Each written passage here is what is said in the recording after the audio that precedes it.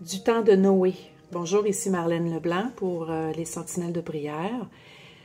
Ce matin, j'ai eu comme une révélation ou une manne fraîche dans le livre de la Genèse au chapitre 5, verset 29, où ce qu'on parle à partir du verset 28, que le mec a engendré Noé. Et ça dit au verset 29, « Celui-ci nous consolera de nos fatigues et du travail pénible de nos mains, provenant de cette terre que l'Éternel a maudite. » Et bien sûr, ce qui me vient à l'esprit aussi, c'est dans Matthieu 24 qui dit « Comme au temps de Noé sera l'avènement du Fils de l'homme. »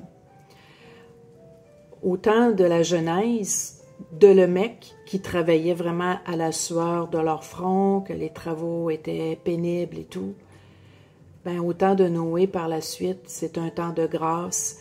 Le mot Noé veut dire repos, tranquillité. Puis quand on le regarde à l'envers, ça veut dire aussi grâce par rapport à l'hébreu.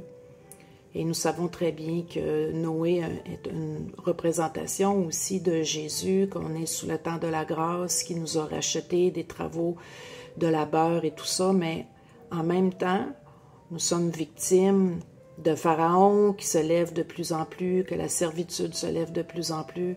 Et ce que je constate beaucoup chez les travailleurs, puis même ceux qui ne travaillent pas, où ce que la vie est de plus en plus comme difficile, c'est lourd, il y a beaucoup d'obstacles, l'ennemi se lève de plus en plus.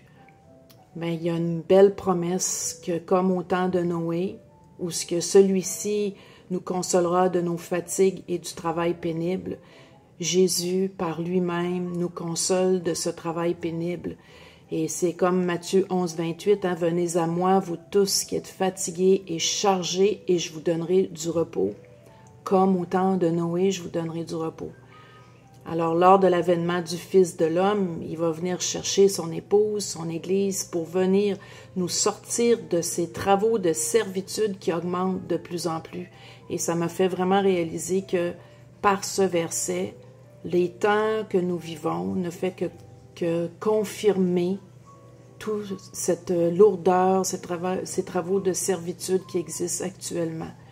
Mais je prie que la révélation de Jésus dans toute sa splendeur, dans sa profondeur, lorsqu'il nous dit qu'il nous donne son repos, qu'on puisse vraiment rentrer dans ce repos, même si Pharaon, de son côté, veut augmenter cette servitude.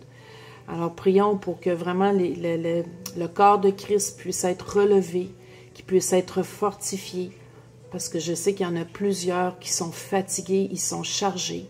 Mais on a besoin d'un miracle, on a besoin de révélations supplémentaires pour rentrer dans ce repos-là, malgré tout ce qui peut se passer autour de nous. Alors merci pour vos prières, reçois cette parole, l'avènement du Fils de l'homme est proche, et ça nous permet de mieux comprendre pourquoi la saison à laquelle nous vivons aussi. Mais Dieu nous fait grâce par son Fils, et il va nous faire grâce encore plus lors de son avènement. Soyez bénis.